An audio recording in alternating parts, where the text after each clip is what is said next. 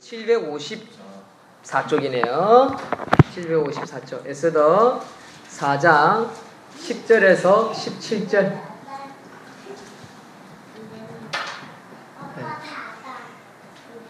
김경희 집사님 안 춥습니까? 견딜만 합니까? 예, 우리 교회 추위의 기준은 김경희 집사님. 자, 찾으셨죠? 4장 10절에서 17절 한 목소리를 읽겠습니다. 시작. 에스더가 하닥에게 이르되 너는 모르드게에게 전하기를 왕의 신하들과 왕의 각 지방 백성이 다 알거니와 남녀를 막론하고 부름을 받지 아니하고 안뜰에 들어가서 왕에게 나아가면 오직 죽이는 법이요 왕이 그자에게 금규를 내밀어야 살 것이라. 이제 내가 부름을 입어 왕에게 나가지 못한 지가 이미 30일이라 하라 하니라. 그가 에스더의 말을 모르드게에게 전하매 모르드게가 그를 시켜 에스더에게 대답하되 너는 왕궁에 있으니 모든 유다인 중에 홀로 목숨을 건지리라 생각하지 말라. 이때에 네가 만일 잠잠하여 말이 없으면 유다인 다른 데로 말미암아 노임과 구원을 얻으려니와 너와 내 아버지 집은 멸망하리라. 내가 왕후의 자리를 얻은 것이 이때를 위함이 아닌지 누가 알겠느냐 하니 에스더가 모르드에게 대답하여 이르되 당신은 가서 수산에 있는 유다인을 다 모으고 나를 위하여 금식하되 밤낮 3일을 먹지도 말고 마시지도 마소서. 나도 나의 시녀와 더불어 이렇게 금식한 후에 규례를 어기고 왕에게 나아가리니 죽으면 죽으리이다 하니라. 모르드게가 가서 에스더가 명한 대로 다 행하니라. 아멘. 오늘 오후 설교 제목은요, 위기를 기회로 바꾸는 영적 결단이라는 제목으로 하나님 말씀 전하겠습니다. 뭐라고요? 위기를 기회로 바꾸는 영적 결단. 다 같이 한번 하겠습니다. 위기를 기회로 바꾸는 영적 결단. 바꾸는 영적 결단. 사람마다 위기가 있죠. 어려움이 있습니다. 우리 교회도 아직 위기를 벗어나지 못했습니다. 그렇죠? 사실 끝장나는 상황이 있었습니다. 그렇죠? 2년 전에. 그런데 그 끝장나지 않고 지금 약간 보류되어 있는 상황입니다. 그렇죠? 그리고 우리가 2년을 버텨왔습니다. 2년을 버텨오면서 목회자인 지도자인 제가 이곳에서 살면서 2년 동안 365일 곱하기 2 거의 한 700여일 이상을 이곳에서 살았습니다. 700여일에 24시간 깨어있는 시간 한 15시간 시간으로 따지면 엄청난 시간을 교회를 보고 교회에 대해서 생각하고 그런 시간들이 많았겠죠. 오고 가면서 사람들을 만나면서도 교회를 생각했습니다. 이 교회가 될까? 위기지요, 위기. 제 입장에서는 이 위기를 기회로 어떻게 바꿔야 되느냐, 사실은 고민을 많이 하는 사람입니다. 그렇죠? 목회자가. 그래서 사실은 지금까지 묵묵히 버텨왔습니다. 재정을 최대한 아끼고, 그리고 성도님들 한 명 한 명을 돌아보면서 내실을 다져왔습니다. 여러분들의 가정, 여러분들의 성품, 또 여러분들의 상황들에 대해서 주시하면서 그냥 묵묵히 하나님 앞에 우리 가정과 제 자녀들을 양육하는 데 집중을 했습니다. 저의 이 생각과 계획과 이 진행이 맞아떨어지는 것인지 아닌지는 이제 시간이 흘러봐야 알겠지요. 혹자는 초반에 뭘 좀 왁작지껄하게 한번 해보지, 그런 사람이 있을 수 있고요. 작전을 짤 때 말입니다. 아니면 어떤 사람은 저처럼 진득하게 오래 버텨라 이런 사람도 있을 수 있고, 아니면 어떤 사람은 마지막에 한번 대박을 한번 마지막에 한번 반짝 한번 거려봐라 여러 가지 작전을 내릴 수도 있습니다. 중요한 것은 하나님의 때를 맞추는 것이 제일 중요하다는 생각이 듭니다. 사람이 어떤 계획을 할지라도 하나님의 때 그 순간에 하나님이 이제 쓰시겠다라고 하는데 쓰임 받는 거, 하나님이 쓰겠다고 하는데 그때 머뭇거리면요, 솔직히 다시 기회는 안 올 수 있습니다. 그 순간. 왜냐하면 그 기회는 자주 오는 게 아니라는 것을 많은 사람들, 많은 경우를 봐도 우리는 알 수 있잖아요. 그래서 저도 이제 만 2년을 가지고 지금 요즘 제가 벌리는 일이 하나 있습니다. 기도 제목으로 드리는 건데, 제가 지난번에 책을 쓰겠다고 했지 않습니까? 한때 PC방 페인이었던 나는 목사다라는 책을 지금 이제 다 썼어요. 이제 출판업자랑 이야기 중이고, 이제 타이밍을 맞추고 있습니다. 근데 그 타이밍을 맞추는데, 지금 제가 사단법인을 추진하고 있습니다. 우리 서명희 집사님과 함께. 사단법인에 대해서 저도 좀 잘 모르는데, 수영교회 유현수 목사님이 제 책 이야기를 듣더니 문 목사 그 법인을 한번 세워봐라 라는 거예요. 그래서 저는 그때 처음 들었어요. 제보고 법인에서 들어보지도 없고 생각도 못 해봤고 했는데, 그냥 법인이 뭐냐, 그냥 제 입장에서 가만히 생각해 보니까 아무 직불도 없고 능력도 없고 어린 제가 뭔가 큰 사업을 일으킨다는 것은 감당할 수가 할 수가 없습니다. 뭐 돈 많은 장로가 있는 것도 아니고 또 저를 따르는 성도가 많은 것도 아니고 교회가 큰 것도 아니기 때문에. 그런데 법인을 세우면, 비영리 단체인 사단법인, 프로그램이 좋은 법인을 세우면 나라에서 적극적으로 지원해 준다는 거죠.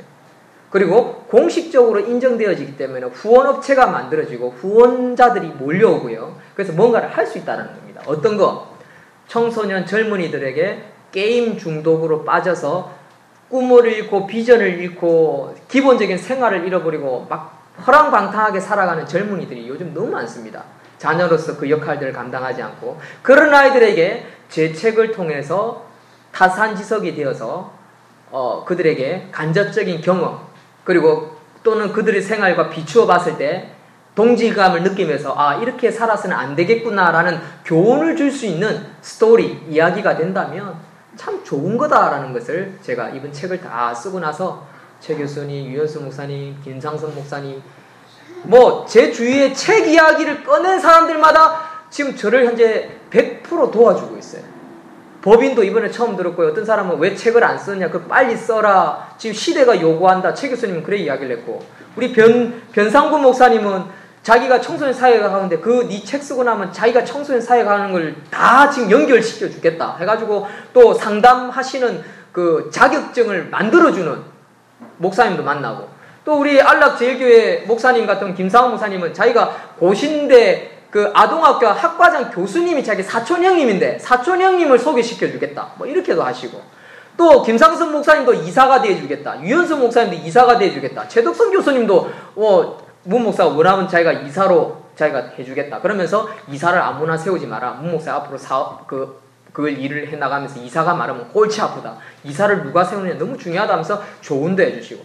제가 지금 이 책 이야기를 꺼낸 분들마다 나이를 많든 젊든 모든 사람이 쌍수를 두고 너무너무 좋아하세요. 빨리 쓰라고. 그리고 또 읽으신 분들, 목사님 3분, 또 평신도 한 3-4분이 너무 재밌습니다. 이거 한번 딱 책을 드니까 이게 안 떨어집니다 할 정도로 재밌다라고 이야기를 했습니다. 근데 이제 제 욕심상 완성도, 그리고 또 어떤 좀 학자적인 어떤 그런 완성도를 좀 끌어올리겠다 싶어서 계속 좀 미루고 있는데, 그런 미뤘던 게 이제 유현수 목사님이 법인을 세우면 그런 문제 필요 없다. 그냥 법인을 세우려면 좀 그런 게 학식이 들어가야 되는 거 아닙니까? 법인 세우는데 그게 무슨 상관이냐 하시면서 저를 적극적으로 밀어주시면서 제가 완전히 이제 결단을 하고 저도 지금 일을 하나 벌리고 있습니다. 이게 하나의 결단이라고 저는 생각하는데, 사람마다 뭔가를 결단을 해야 될 때가 있습니다. 잘 될지 잘 안 될지 두렵기도 하지요. 근심도 됩니다. 그런 상황에서 우리 오늘 말씀을 한번 살펴보았으면 좋겠습니다. 오늘 말씀을 살펴보면요, 에스더가 그런 상황입니다. 에스더라는 여자가 나오지요. 이 여자는 아하수에로 왕의 후궁이 되었습니다. 원래 와스디라는 후궁이 있었습니다. 아주 사랑하는, 좋아하는, 너무너무 출중한 왕후가 있었는데, 이 왕후 보고 손님들, 지방에서 사람들이 왔으니 당신이 나와서 춤도 추고 사람들한테 인사를 좀 해라 했더니 이 왕후 와스디가 자존심이 있었던 거예요. 싫습니다. 거절을 했던 거예요. 그러니까 밑에 있던 신하들이 왕이시여, 이 왕후가 이런 태도 교만하면 다른 지방에 있는 관리들의 아내들도 이 왕후처럼 닮아가서 교만해서 가정이 안 섭니다. 나라가 안 섭니다. 벌을 내려야 됩니다. 이렇게 조언을 한 거예요. 그러니까 왕이 그 말을 듣고 이 왕후를 폐위시켜버립니다. 잘라버립니다. 그러고 나서 이 왕은, 아하수에로 왕은 어디서 볼 수 있냐면 300이라는 영화 보셨습니까? 그 300이라고 막 전쟁 싸움 하는 거. 스파르타 하면서 나는 관대하다 하면서 나왔던 영화 그 왕이 이 사람입니다. 아하수에로 왕이라는 사람인데 페르시아 왕입니다. 세계를 정복하는 왕이었어요. 세계 최고의 왕이었죠. 이 왕이 외로움을 타니까 밑에 있는 지방관들이 그럼 후궁을 둡시다 라고 해서 후궁을 각 나라별로 제일 이쁘고 제일 똑똑한 사람들을 다 모아가지고 마치 미스 코리아 대회를 열듯이 대회를 열어서 사람을 뽑았는데 누가 뽑혔느냐? 이 에스더가 뽑힌 거예요. 그런데 에스더가 왕 후궁으로 뽑혔는데 왕이 그 여자를 안 부르는 거예요. 내가 왕후가 됐는데 왜 나를 안 부르지? 이제 꼬리를 살랑살랑거리면서 왕이 다가갈 수 있는데 법이 그러지 못했어요. 아무나 왕에게 나올 수 없었어요. 왕이 나와라 와라 해야 나가지. 자기가 그냥 사랑하니까 왕후가 됐으니까 신하를 보내가지고 아닥사 왕이여 그 후궁인 에스더가 보고 싶어 합니다. 그래? 이런 관계가 아니라는 거죠. 만약에 그런 말이 나오거나 그런 행동을 취하면요, 바로 사형감입니다. 아무나 할 수 없는 상황이었다는 거죠. 그런 상황에서 30일째 왕이 왕후인 에스더를 부르지 않는 가운데에 어떤 일이 벌어지느냐? 밑에 하만이라는 사람이 있었습니다. 이 하만이라는 사람은 뭐 하는 사람이냐면 이스라엘 유대인을 아주 싫어하는 사람입니다. 아주 싫어하는 사람인데 이 사람은 어느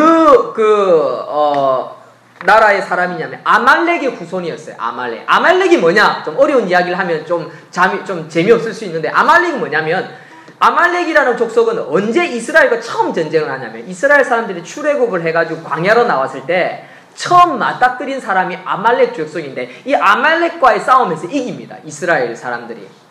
여호수아가 나와서 다 쳐서 이겨버리죠. 그때 모세가 팔을 들고 오른쪽에서 아론이 왼쪽에서 훌이 팔을 들어가지고 전쟁에서 이겨요. 이 아말렉 족속입니다. 이 아말렉 족속이 사실은 다 멸절되어야 되는데 사울 왕 때 아말렉 족속을 다 멸하라고 했는데 사울 왕이 멸하지 않았어요. 불순종했어요. 그래서 살아남은 사람이 누구냐? 이 하만이에요. 하만이 살아남으니까 언제 이 유대인들을 다 쳐서 죽일까 하는 가운데 모르드게가 꼬투리가 잡힌 거예요. 왕의 자기에게 절도 안 하고요. 유대인이라는 걸 알았어요. 에스더가 유대인이라는 걸 알았어요. 그래서 이 유대인들을 다 죽여야겠다 생각해서 하만이 왕에게 나와가지고 이 유대인들은 왕에게 절도하지 않고 자기들의 신을 섬기고 하는데 이 사람들 다 죽여야 합니다. 이 사람들은요 큰 보탬이 안 됩니다. 이래 고자질해서 다 죽이기로 결심을 했어요. 이런 위기 가운데에 에스더가 쓰임 받는다라는 거죠. 그런데 이 에스더의 사촌 오빠인 모르드게에게 기회가 한 번 있었어요. 그 왕궁 뜰 앞에서 정치적인 소문을 듣는 가운데에 왕을 시해하고 왕을 죽이려는 사람들이 있었어요. 그 두 사람을 찾았습니다. 그래서 신고를 냈어요. 이 두 사람이 당신을 죽이려고 합니다. 이번에 장성택이 모가지 된 것처럼. 그래서 이 두 사람이 모가지 되어버립니다. 장성택 죽는 것처럼. 그런데 모르드게가 인정을 못 받아요. 그 왕족 실록에 기록은 되어지는데 모르드게의 신고로 인해서 시해하려던 자들을 찾아서 다 죽였다라고 기록은 되어지는데 왕이 모르드게에게 선물도 안 주고 포상도 안 내리고 칭찬도 안 합니다. 그냥 무시되어 버려요. 그런 가운데 하만이 유대인들을 다 죽이려고 합니다. 그게 오늘 본문의 상황이에요. 이럴 때 모르드게 걱정하는 거죠. 내 때문에 우리 민족이 다 죽게 되었다. 에스더야 어쩌면 좋느냐. 네가 왕에게 나아가서 이 사실을 좀 알려다오. 하만이 하는 것은 거짓 진술이고 우리 민족을 죽이려고 한다는 것. 네가 이제는 유대인이요 기독교인이요 하나님 백성이라는 걸 이야기해라 라고 하니까 에스더가 뭐라는 줄 아세요? 오빠 내 지금 나가면 안 돼요. 아무나 왕에게 나아갈 수 없어요. 지금 제가 나가면요 저는 사형감입니다. 왕으로서의 어떤 그런 권세가 아무것도 없습니다. 에스더야, 지금 네가 가서 말 안 하면 너도 죽고 나도 죽고 우리 민족 다 죽는다. 그러니까 에스더가 그러면 내가 죽는 일이 있어도 오빠 시킨 대로 나가겠습니다라고 결단하는 게 오늘 본문이에요. 왕 앞에 함부로 무단으로 나아가는 일이 얼마나 위험한지를 모르드게와 에스더는 너무너무 잘 알았습니다. 그러나 모르드게는 에스더의 두려움과 불신에 대하여 책망하며 하나님의 섭리를 가르쳤습니다. 이게 뭐냐? 멘토링이에요. 여기서 중요한 우리가 교훈을 얻어야 됩니다. 우리는 살아가다 보면 내가 내 상황, 우리 교회 형편, 그리고 우리 가정 상황들이라는 게 있죠. 사람들마다 다 다릅니다. 그런데 내 생각에는 이게 아닌 것 같은데 영적인 선배, 멘토링을 하는 멘토가 이제는 이걸 결단해야 될 때입니다 라고 했을 때 에스더가 어떻게 했습니까? 순종했다는 사실입니다. 이거 중요합니다. 특별히 우리 교회 성도님들은 잘 들으십시오. 우리 식구들밖에 없는데 이 하나님의 섭리에 따라 결단해야 될 때 나갑시다 라고 할 때 나갈 때 기적은 일어나고 문제가 해결되어지지 거기에 대해서 미적미적하고 반항하면요 진짜 아무것도 되지 않습니다. 여러분들의 생각을 조언할 수도 있어요. 에스더처럼 지금 나가면요 죽습니다. 제가 죽습니다 라고 거절하는 어떤 이유를 마련할 수는 있어요. 그래도 그걸 듣고 아니다 지금 아니면 안 된다 라고 호통치면서 강력하게 주장할 때는요 어떻게 해야 된다고요? 죽으면 죽으리이다. 자 읽겠습니다. 이거 읽어야 됩니다. 여러분들이 이건 말씀을 꼭 16절 읽습니다. 16절 시작. 당신은 가서 수산에 있는 유다인을 다 모으고 나를 위하여 금식하되 밤낮 3일을 먹지도 말고 마시지도 마소서. 나도 나의 시녀와 더불어 이렇게 금식한 후에 규례를 어기고 왕에게 나아가리니 죽으면 죽으리이다. 아멘. 무슨 말인지 알겠습니까? 규례를 어겼으라도 해야 된다는 거예요. 무엇을 위해서요? 마지막 순간 가장 큰 위기, 가장 중요한 시점에서 뭔가를 결단해야 되는 시점에서는요 결단이 필요하다는 것입니다. 이것이 바로 위기를 기회로 바꾸는 영적인 결단이다라는 것입니다. 여러분, 그때는 자기 고집 피우면 안 됩니다. 자기 고집 피우면요 아무것도 되지 않습니다. 교회와 가정과 자녀 문제를 해나가다 보면 부부간에, 성도간에 또는 가족 구성원 간에 회의를 하다 보면 뜻이 안 맞을 수도 있어요. 의견이 충돌되어질 수 있습니다. 그게 문제는 아닙니다.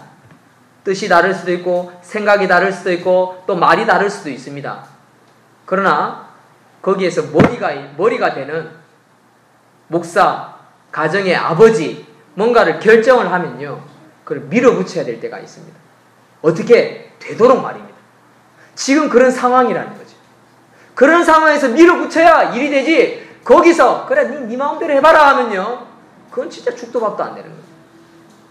잘 돼도 그 후유증은 남고요 못 돼도 서로 마음이 맞으면 그 못된 것을 위기를 차라리 같이 죽어야죠. 죽어서 같이 천국 가면 되는 거죠. 차라리 그게 낫죠. 안 그렇습니까? 그게 의형제 아닙니까? 의형제. 삼국지에 나오는 유비관우 장비 보십시오. 의형제 아닙니까? 같이 피를 나누는 형제. 같이 죽겠다. 태어난 날은 다르지만 죽는 날은 같이 하겠다. 그러니까 그 삼국을 호령하는 거예요. 그게 하나됨입니다. 하나됨. 삼겹줄은 끊어지지 않는다. 하나 될 때 모든 것은 이루어진다라는 것입니다. 에스더는 모르드게 멘토의 멘토링 앞에 충고 앞에 죽음은 죽으리라 라는 위대한 신앙의 결단을 내리게 되었습니다. 사랑하는 성도 여러분, 우리가 앞으로 교회를 해나가다 보면 이제 숫자가 많아집니다. 그러면 모든 사람들이 다 결단을 내릴 수는 없을 거예요. 당회에서 지도자들이 세워나갈 것입니다. 그럼 그 당회 지도자에서는 또 목사가 있습니다. 그리고 아주 중요한 결단을 내려야 되는 순간이 있을 것입니다. 때로는 그 중요한 결단을 내리는 목사가 어떤 사람의 말을 듣고 결단을 내릴 수도 있습니다.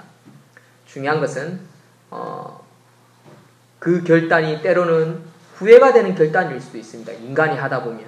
그러나 꼭 기억하십시오. 하나님께서는 모든 것을 선하게 이끌어 가신다는 것. 하나님께 기도하고 금식하고 또 서로 마음을 합하고 또 이해하고 참고 인내하면 분명히 선을 이루어 가십니다. 그게 하나님의 역사입니다. 그런데 아무리 자기들 맞다 하면서 그 맞는 이성적으로 생각만 판단을 해서 할지라도 그게 하나님의 질서에 맞지 않게끔 그게 좌지우지되면요 결국 문제가 생길 수 있다라는 것이 오늘 본문을 통해서 우리가 깨달을 수 있는 교훈 중에 한 가지입니다. 사랑하는 성도 여러분, 여러분들 삶 가운데에는 어떤 위기가 있습니까? 그 위기를 기회로 바꾸는 영적 결단을 할 수 있는 저와 여러분들이 되었으면 좋겠습니다. 그 원칙 중에 몇 가지만 정리하겠습니다. 첫 번째는 자신을 정결케 하십시오. 늘 말씀 가운데 기록해야 하는데 정결해야지 바른 결단을 내릴 수 있습니다. 정결하지 않고 사심에 갇혀 있으면요 절대로 바른 결단을 내릴 수 없습니다. 두 번째, 늘 상황과 사람들의 눈을 열고 귀를 열어두십시오. 그리고 들으십시오. 한 가지 정보에 민감하지 마십시오. 여러 사람의 이야기를 듣고 결단은 오너가 내리는 겁니다. 오너가. 수장이 내리는 겁니다. 세 번째, 수장이 결단을 내리면요 무조건 따라가십시오. 죽이 될지라도 이게 아니네 할지라도. 마지막 네 번째, 원망하지 마십시오. 죽을 썼을지라도 원망하지 마십시오. 그리고 거기서 다시 원점에서 다시 시작하십시오. 그러면 기회는 또 옵니다. 이게 끝이 아닙니다. 사람들은요 원망하고 이게 끝이다라고 하는 데서 끝나는 겁니다. 반대로 하나가 되면요 원망하지 않고 새롭게 시작하면요 거기서 다시 시작할 수 있는 거예요. 그리고 실수했던 그 과거의 것은 뭐가 되는지 아세요? 교훈이 되는 겁니다. 내가 이랬더니 실패했었다. 그러면 다음에 또 기회가 왔을 때 더 좋은 찬스를 맞이하는 거예요. 이해되십니까? 이게 질서입니다. 질서. 인내하고 하는 게 바로 여기에서 오는 겁니다. 인내하라는 건 다른 게 인내하는 게 아닙니다. 원망하지 않고 다시 한번 마음을 합하는 거. 그러면요 되는 거예요. 모든 역사가 그것입니다. 꼭 안 되고 나면 근무를 못하거나 우승을 못하면 에이씨 하면서 그렇지 하면서 포기해버리는 거. 그게 가장 무섭고 가장 사단 마귀가 제일 좋아하는 거라는 거예요.